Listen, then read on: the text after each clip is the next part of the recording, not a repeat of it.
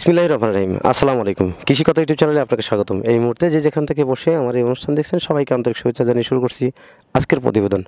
দর্শক, আমরা প্রতিনিয়ত বিভিন্ন খামারে ভিজিট করে থাকি, বিভিন্ন হাসি যেমন ক্যাম্বেল, বেইজিং। আজকে আমি নতুন একটা খামারে আসি যেখানে তিনি ক্যাম্বেল হাসি কিন্তু পুরুষ হাঁস দিয়ে খামারটি করছেন। উনি ডিমের উৎপাদনে উনি বিগত দিনগুলোতে ক্যাম্বেল হাঁস দিয়ে খামার করছেন।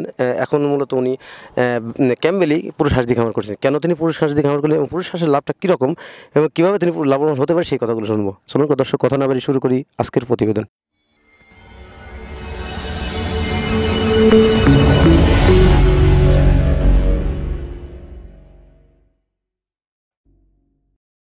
আসসালামু আলাইকুম। ওয়ালাইকুম আসসালাম। ভালো আছেন ভাই? আল্লাহ পাক রাখছে ভালোই। আচ্ছা, আপনার গ্রামের বাড়িটা কোথায়? রানীনগর। আপনার নাম কি? মোহাম্মদ সোহেল শেখ। শেখ। আপনি হাঁস পালন করার অভিজ্ঞতা কত বছরের? 14-15 বছর। আচ্ছা, বিগত বছরে আমি আপনাকে আপনি দেখছিলেন যে আপনি ক্যাম্বেল হাঁস ডিমের জন্য করছেন। এবার কেন পুরুষ হাঁস দিয়ে খামার করলেন? 1800 ছিল, ক্যাম্বলও ছিল 1200, আর হাঁসা আছে 800, এইটা দিয়ে 1700 ছিল। তা ক্যাম্বল বিক্রি করেছি, এখন হাঁসা গাছে আছে। হাঁসা গাছে দেখি কীরকম লাভ পরিমাণ হয়, এটি দেখে আবার তুলবো। হাঁসা আপনি কোন উদ্দেশ্যে পালন করতেছেন, মাংস না অন্য কিছু? মাংস 250 টাকা কেজি বলতেছে খোঁজ সহ। আমি 250 টাকা 300 টাকা ঠিক দিছি, তাহলে একটা হাঁসা পড়বে নিম্ন 500 টাকা।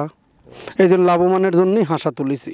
আমি এই যে যারা আবদ্ধ অবস্থায় হাঁস পালন করে ক্যাম্বেল হাঁস, তারা যদি ক্যাম্বেল পুরুষ হাঁস দিয়ে খামারটি করে তারা কি লাভবান হতে পারে মাংসের জন্য? হ্যাঁ, আল্লাহ ভরসা, মাংসের জন্য লাভবান হবে। ডিমের জন্য অনেকজন করে তো ক্ষতির সম্মুখীন হচ্ছে। আপনি কি মনে করেন, এদিকে আবদ্ধ অবস্থায় হাঁস ডিমের জন্য করা ভালো না খোলা বিলে করা ভালো? খোলা মিলে করাই ভালো। আবদ্ধ অবস্থায় পুরুষ হাঁস ক্যাম্বেল হাঁস দিয়ে ডিমের জন্য খামার করবে না পুরুষ হাঁস দিয়ে খামার করবে? না, হাঁস মহিলা দিয়ে করবে, ক্যাম্বল দিয়ে করবে। তারা পুরুষ হাঁসটা এলো উপরি কামাই হওয়ার জন্য, এই জন্য পুরুষ হাঁসটা করবে। আপনারা এভারেজ বাচ্চা আনেন? এবারে বাচ্চা নেই, এখান থেকে 50% আছে পুরুষ বেড়ে, আর 50% হাসি বেড়ে। ধরেন 2000 আনলে 1000 মুরগি লাগাই, 1000 মোরগ লাগাই। এটা বিক্রি করার উপযোগী হয় কখন? 5 মাস। আপনি হাঁস যদি একটা 250 বা 300 টাকা পিছু বিক্রি হয় তাহলে কত করে সব বিক্রি করতেছেন? তাও 30,000 ধরেন বিক্রি হবে। সব মিলে আপনার এই 1000 হাঁস যদি আপনার 3 মাস বা 3.5 মাস 4 মাস পরে বিক্রি করেন, এই করতে কি পরিমাণ খরচ হয়? খরচ হবে মোটামুটি 70,000। 70,000। হ্যাঁ, তাহলে যদি আপনি 1000 হাঁস যদি 3 লাখ টাকা বিক্রি করেন সেক্ষেত্রে 70,000, মাত্র 70,000 টাকা খরচ হবে। কেন এত কম খরচ কেন? ওই মুরগির সাথে তাল দিলি পরে এই দিয়ে একটু কম খরচ হয়ে যায়। দর্শক, খামারি ভাই উনি এভারেজে বাচ্চা আনছিলেন ক্যাম্বেল এবং ক্যাম্বেল পুরুষ। এই বাচ্চা আনার পরে উনি এখান থেকে হাসি বাচ্চাগুলো সব বিক্রি করে ফেলছে। এখন মূলত তার এখানে 1000 পুরুষ হাঁস আছে। তিনি মাংস উৎপাদনের জন্য এই হাঁসের খামারটি করছেন। এখান থেকে তিনি বিক্রি করার পরে একটা প্রফিট অনেক ভালো পাবেন। কেন, ওনার হিসেবে দেখা যায় উনি 3 লাখ টাকা যদি হাঁস বিক্রি করেন মাত্র 70,000 টাকা খরচ হবে। 70,000 টাকা হাঁসের কী খরচ হতে পারে বা কী খাবার দিলে এত কম খরচ হয় কেন?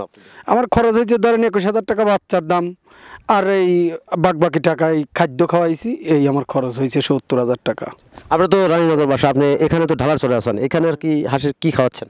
এখানে খাওয়াচ্ছি এই যে তিল খাচ্ছে, কেঁচে খাচ্ছে, আবার ঘাসের বিচি খাচ্ছে, শামুক খাচ্ছে।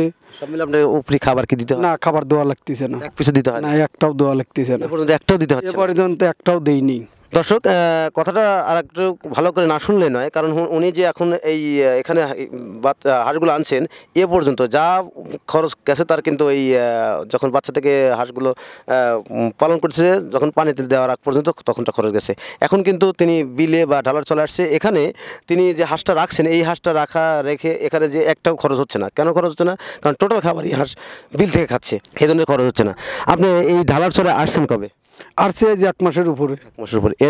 1 টাকা খরচ হয়? 1 টাকাও আমি খানা খাই দিইনি। এখানে হাঁস কি পর্যাপ্ত খাবার পাচ্ছে? হ্যাঁ, ভালোই পাচ্ছে। হ্যাঁ।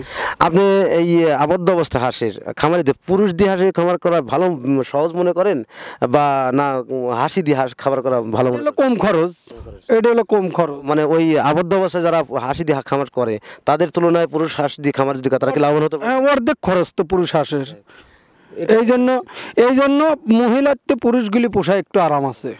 দর্শক, খামারি ভাই বললেন যে আবদ্ধ অবস্থায় যারা হাঁস পালন করে তারা ওই মহিলা হাঁসটার চাইতে পুরুষ হাঁস দিয়ে খামারটি করা বেটার। কারণ মহিলা হাঁসকে দিয়ে হাসি হাঁস দিয়ে খামারটা করে দেন তাহলে অনেক লসের সম্মুখীন হওয়ার সম্ভাবনা আছে। কেন, যদি পর্যাপ্ত ডিম না দেয় সেখান থেকে আপনি লসের সম্মুখীন হবেন। আর খামারি ভাই বললেন যে আপনি যদি পুরুষ হাঁস দিয়ে খামার করেন সেক্ষেত্রে ওখানে লসের সম্মুখীন নেই, কারণ একটা হাঁস 3 থেকে 3.5 মাস, সর্বোচ্চ 4 মাস পরে বিক্রির উপযোগী হয়ে যায়। তখন মাংস হিসেবে এই হাঁসটা বিক্রি করেন 250 থেকে 300 টাকা পিস মানে 3,000 সর্বোচ্চ 30,000 টাকা সহ সব মিলে যদি আপনি 1,000 হাঁস পালেন 3 লাখ টাকা সর্বোচ্চ 70-80 হাজার টাকা এটাই খরচ হবে, এর বেশি খরচ হবে না খামারির কথায়। আর তারপর ওনারা কিন্তু আবদ্ধ অবস্থায় খোলা বিলে করতে বেশি পছন্দ করে, যারা আবদ্ধ অবস্থায় পালন করে তাদের কিন্তু অনেকটা বেশি খরচ হবে।